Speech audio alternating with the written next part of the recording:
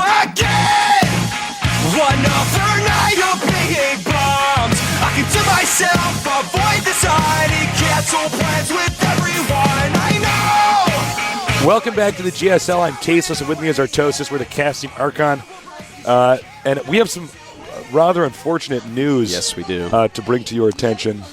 Yes. Boxer, fake Boxer, Marine King, Optimus, whatever you want to call this guy, he will not be playing today.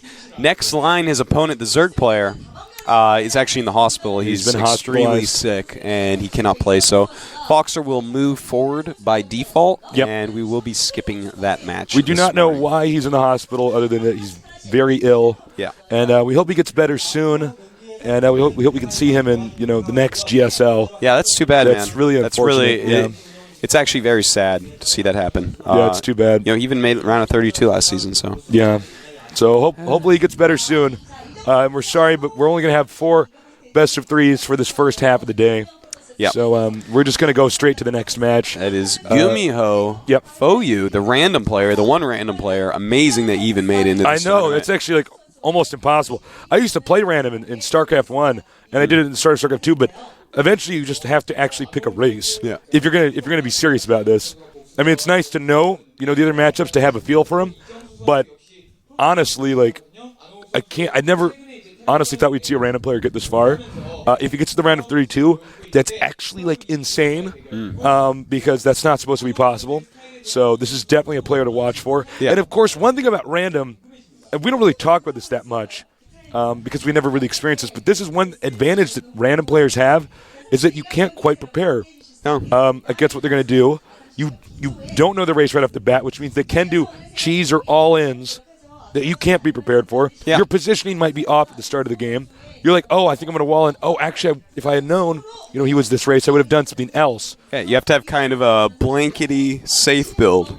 Or you have to a blankety aggression build that can hit all 3 races. Blankety. Yeah, very blankety. Blankety blank. But the other thing is, players that are random, they aren't going to be as good at the late game. Yeah. It's as simple as that. You have to play a lot of games with a race to get into the different situations you can be in the late game, because there's a lot of different ways you can enter the late game. Right. And it takes a ton of games to actually understand that. Yeah. That's why in the beginning, when StarCraft 2 beta just came out, we saw rush, and then we get longer games as you understand more and more. So GuMiho, as we see here, he's going to have a harder time if we get into the later game. Yeah. As you can see, he has all 3 action figures up there. Protoss, Terran, They and should Zerg. give him a big foam die. Yeah, that's actually what I was thinking. I was like, what are we going to do for the figure up there? I guess we're going to give them all. Now, he's only 19, but he is on the team Foyu. Now, Foyu has been manhandling everybody in this tournament. Yeah, they are. They kind of came out of nowhere, and they just decided they're just going to be better than everybody else. And they're doing it. They put their hands in the center of the circle. Let's be better than everyone else. That's right. Like, yeah! Let's do it. And they just shut the hands up in the air. The best to do, though. He's like, I'm already the best. Now, as long as this guy has some good builders prepared, he might be able to throw off his opponent. Oh, absolutely. It's hard to play against a random player. Especially if you're a competitive tournament player, because you very rarely actually experience that. And normally, with training etiquette, you just tell your opponent your race, even if you go random after you get it. You're like, okay, I'm Terran, so we can play a standard game. I don't believe we're forcing him to do that in this case. Oh, of course not. So he's going to be against ST Monster. From the team Startail. Yeah, very good team. Yep, Monster. Hopefully he's a Monster Zerg, man, because he's going to have to play very carefully against GuMiho. And the map pool is pretty interesting for a Zerg versus random matchup. Yeah. I really actually like this opening on Jungle Basin, because Zerg oftentimes will like to 14 hatchery there, but he's against a random guy. Maybe he'll want to do something else. It's hard. Well, especially as Zerg, you got to be careful about how you open. Yeah. And that clearly is not me. Oh, that was Moe Hesu. That's one of the Korean commentators, and they said fighting for him. So, yeah. Congratulations to him. Drawing wasn't handsome enough to be you or me or Tosis. No, obviously not. Look at us. I just love what they do to your hair here. Beep Tosis, so man. good. Justin Bieber hair, man. Yeah. You look so much better than him, though. I do. Than that boy. I look so much better than that little kid. That little kid. Yeah. Whenever I lose too many StarCraft games in a row, I actually just go watch that Justin Bieber music video with the karate. You know the Karate Kid? Just, Will Smith's kid? kid? Don't watch this. Go to YouTube and watch that video. It's so... I just can't stop laughing. It's funny, man. It's like milk's coming out of my nose. I didn't even drink milk, but it's like so funny. Let's take a look at the map lineup now. Jungle Basin, Metalopolis, and Chikras Plateau. Yeah. I'm serious about watching that video. It's even funnier if you've actually seen that movie, The Karate Kid. I haven't seen the movie, but it's... Oh, my God. It'll make it funnier for you, too, so seriously, because it is a very funny video. Anyways, Jungle Basin, it's going to be interesting. I think we might actually just see a 14 Hatchfire Zerg player there. Yeah. Metalopolis can take a while to scout your opponent out. And Chikras Plateau always takes a little while to scout your opponent out. Yeah. I'll be interested mostly to see our Zerg player, is he going to send out a quick drone to scout? Because that's something you can do against a random player. You can just send out like a 9 drone. You're like, well, I need to know. And you just send out a drone. You lose some economy, but you gain a peace of mind, some intel. So he may do that. He may not. He may just have abilities like, okay, this is safe against everything. Or, okay, this will work against everything. Yeah. Who knows? There might be a lot of gambling. There might not be. I want to see if GuMiho is just a cheesy player. I want to see if he actually wants to get into some longer games. It's hard to understand. The longer you get into the game, the more complex it becomes. Well, you end up in a scenario where you're like, okay, I've only experienced this like once before. Yeah. You have to have very good game sense to be a good random player. Yeah. Very few random players have ever really existed competitively. Yeah. They were actually banned in StarCraft 1 after a while. Yeah. Well, that was also because... Well, it there's just like a became stupid too rule hard, because of actually. Chess So that's actually some stupid arbitrary rule that they made, but I don't know if that actually enhances the game anymore. But yeah, I mean, we've hardly ever had any random players. CHRH, I think, was the last Korean. He was random. I guess people like. Although we did see Testy random come to mind, occasionally in Pro League matches. Yes, it was a Zerg versus Zerg. I remember a guy went random and beat his opponent with Terran. It was hilarious. Well, let's see what matchup we're going to get. The countdown has started. Get ready for some awesome random versus Zerg action.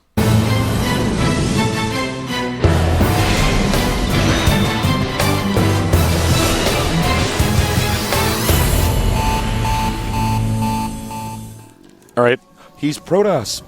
A random player spawning as Protoss on the map Jungle Basin. The only random player in the entire tournament, well, in the round of 64 rather, is GuMiho for you. Our Zerg player in the dark right now, unaware of what race he's going to be up against. It's going to be pretty tough. This guy has a lot of pressure on him. Let's see if he can take on this random. We need to get a dice put up there for the random player. That, instead of those 3 action figures. I know, that's like... We need to get something impossible, like a 3-sided die. Now, yeah, think about that. Is that 3-sided die? 3-sided die. It's like one very curvy side. That's right. It's like some Mobius strip die. It makes no sense. Well, that would be a 1-sided die. I know. Basis. That was a joke, because, how could you only have something with 3 sides? Now, here we go. Triangle. Triangle's 3 sides. But it's also not 3-dimensional. Well, Mobius strip is 3-dimensional. Think about that. That's right. My brain is melting. Stop. Somewhere I just blew a nerd's mind. Yeah. All right. Now we have the probe chasing the drone. So he knows now what he's up against. That's right. Just a Protoss. Looks like he wants to go Nexus first. Our Zerg player, I am pretty sure, will go for a hat-trick first. And he might lose that drone as well. Yeah. It's got just 2 health left. And yeah, it really is looking like he will. No. Still alive. He's like, all right, whatever. Oh. He's going to... Really good harassment by GuMiho so far. Meanwhile, Zerg gets his hatchery up. Protoss close to... excuse me. He's going to get a gateway. I think he might be turning this into a rush. Nope. Gateway Nexus. Interesting opener. Okay, so he's just going to want to make a Zealot. He'll probably chrono boost it out, send it over, see if he can't kill a drone or 2. I think Probe's you're right. over there softening them up anyways. Yeah. But, that is interesting. But again, the Nexus and the Hatchery are going to be about the same timing. Right.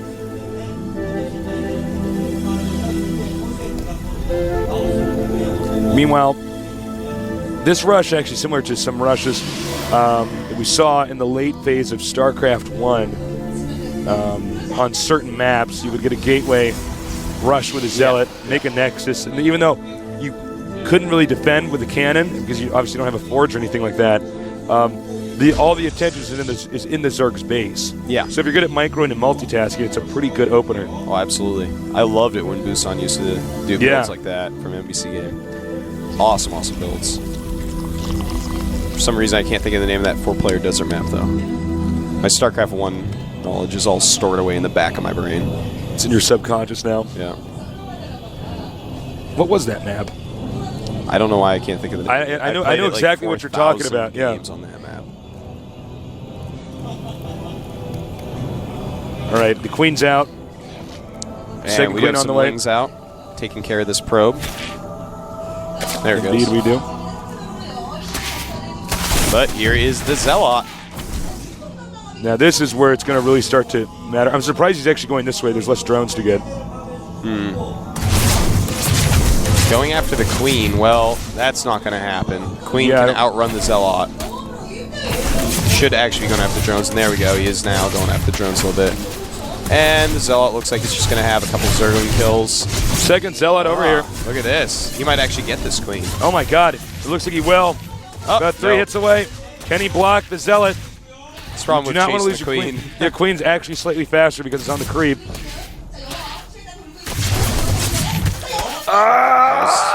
Brave Queen right there. Nice save. Staring death in the face and saying hello. Pretty gutsy. That was close. Pretty standard here from Zerg right now. He is getting the layer. He is getting the spawning pool. A lot of lings here. He did force a lot of Zerglings out. Yeah, that's not. And there's actually 1 sentry and 1 stalker. Looks like he will go for the rocks back here. I like that because he's already got them hurt quite a bit. There's nothing spawning that yet. GuMiho right now sending a probe up a little bit. Going to click that and be like, oh no! Those are going to get through before he can get a cannon up there. And he has no pylon at his expansion. This could actually be a little bit gross. Nice micro there by our Zerg. It's a good thing he does have this Stalker. Slowing down those Zerglings He's so much. massing up so many lings right now. Now he's going to attack the front. There's only a single sentry here, and Uh-oh, that's not going to be enough. those 2 Zerglings should be attacking the sentry. Looks like he's going to try to wall himself in now. Now we do have in the back of our Protoss base here a Void Ray making. Yeah. He's getting a lot of Warp Gates as well.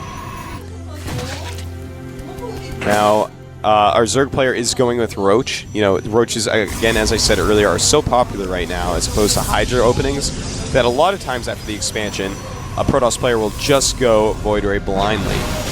But in flies the Overseer. I don't believe he actually... Second. Did he actually get vision? Yeah. Yeah, he sees it, so he knows what's going on.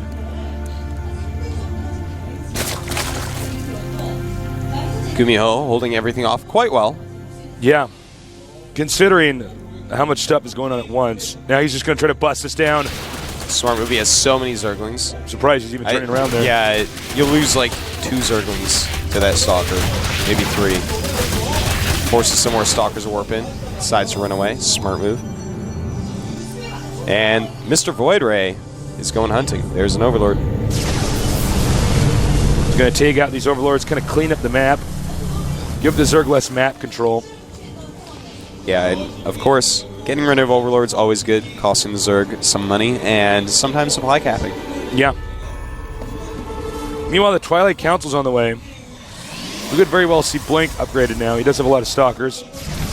Phoenix and, oh, that's quite interesting. Phoenix and a Void Ray. And he's not going to be able to deal with both of these 2 units together. A charged up Void Ray, doing a pretty good job there. Uh-oh. It's getting low. Is he going to get it?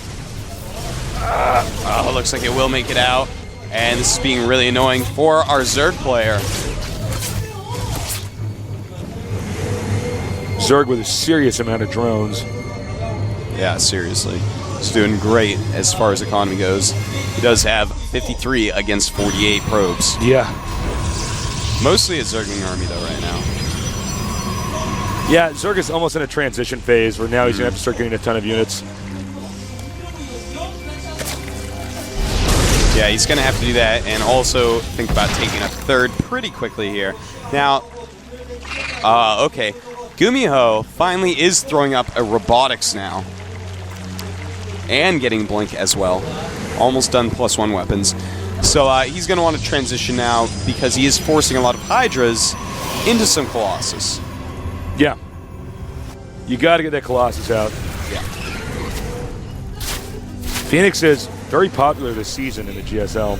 Yeah, you know, they force Hydras, and a lot of times Zergs try to get a little bit over-abusive without getting Hydras, you know, just going only Roaches, in which case, you know, you can really punish them with those Stargate units. He's got a sizable army. This Overlord here to scout. He wants to see if there is indeed a Robo Bay. And he's going to spot it now. Yep. A lot of warp gates as well. And this third base that Zerg has taken is pretty interesting. You know, that's sometimes a hard place to actually defend. Let's see if Protoss is going to bite. Zealots stuck behind the Stalkers there. Yeah. The Zealots careful need to get in a about better that. position. Yep. Otherwise, you can't do the optimal amount of damage. Now, you know, he did get that Robo, but still not producing anything out of it. Okay, finally starting that first Colossus. Also, Thermal Lance has been started. These Roaches are coming up here. Blink allows those Stalkers to escape up that hill. And you can see Protoss is kind of moving around the Zerg's base here. Looks like he's going to blink through here and try to do some harassment, but Zerg's already prepared for that. Yeah, he was in position way too quickly. Did not want to blink over. He could have lost a lot of Stalkers. That would have been a disaster if he blinked over there. Our Quite. Zerg is handling himself quite well. Yes, indeed, he is. The Stalkers now, though, coming back to the front, and if Zerg does not move his units around, there's going to be a timing where he could kill that third base. He's sending them back on the other side. There you go. Good creep flow. He can get right out there when he needs to. Zerg boldly taking this center expansion. Normally you'll see him take that side expansion Yeah, instead. here, where it looks like this Protoss might actually expand. Thing is, the Protoss can attack down these very narrow corridors in the center when they get the Colossus, as you see. Yeah. And use force fields very well, and not a lot of them. It only takes 2 or 3 to cut that off. Can really funnel the Zerg army down quite a bit. Nice control here by the Zerg. Taking out one Phoenix. You see the Zerg actually can't engage the Protoss because, as Artos has said, I mean, you could just force field these areas like this. Yeah, they're very Shut small. that all off. You need a lot of surface areas, Zerg. We got Corruptors now. And, you know, he's got to be careful about the Corruptors. It's hard to make the right number of Corruptors to actually take out the Colossus, because 5, it'll take a while to take out a few Colossus, but again, it'll give you more ground units to take out the rest of his army. Okay. If he gets a lot more Corruptors, takes out the Colossuses, and wins this battle, he can switch to Broodlords like we saw Rhett do. Yeah, that's quite true. I think Protoss could win this battle, though, if he engages. Yeah, this is a very scary army here. He's got a lot of Stalkers to help take out those Corruptors. The Zealots, though, I'm a little bit worried. The Zealots are kind of trapped in the back of his army. Yeah, they keep getting stuck army- under the Colossus. Yeah, you can kind of tell that his army is kind of hotkeyed maybe a little bit poorly. He's got to get those Zealots I wouldn't out be so they can surprised if actually it's only hit. under 2 hotkeys, actually. Yeah, it looks like it's only on a couple. All right, he's going to go in here and maybe poke again. See if he can get some shots off. But there are more and more Corruptors on the way here. That's right. In fact, our Zerg player is maxed out right now. If we take a look at that, it is right now 175 for Protoss, 199 for Zerg. It's basically maxed out. The Protoss at this point may as well wait for the rest of his army to come out. Yeah, there's no need to attack. 182. Yeah, you may as well have just that maxed army to hit. But the Zerg is pressing the issue. He wants to attack in a much more open area. Very smart. A lot of Corruptors up there right now. Very good unit composition by our Zerg player. Great place to actually go in and attack. Did not want to fight in that small area that we were talking about earlier. Great move. Oh my God. By Monster. He just manhandled him back there. And now he can go to the Brutal tech so easily. Yeah. And focus on making roaches too. But he has not even started his hive yet, unfortunately. So oh, really? Probably not going to see that. So these Corruptors are just flying paperweights now. That's right. A lot of Stalkers in here, hitting away on the Hydras and the Roaches. But really, you want Colossus. The only problem is those Corruptors have done such a great job. A really good number of Corruptors right here. And look at that, just taking out instantly that Colossus army. I have to say, GuMiho is so good with the blink. And now, I think he's just going to mess this expansion up. This could and probably will be GG. Yeah, because Protoss has almost exhausted this expansion. He certainly has. It was actually a really good play by our Zerg player. I'm very impressed so far. Really nice. You know, ST Monster, definitely a very strong Zerg. The real key to this game was when he walked his army around and engaged not in this small choke area. The small choke area is so hard to engage in. And look at this, here we go. This is probably going to be the final battle now. Yeah, I think so. Colossus again, only getting a few shots off before the Corruptors take him out. That's right, and just a few Stalkers left over.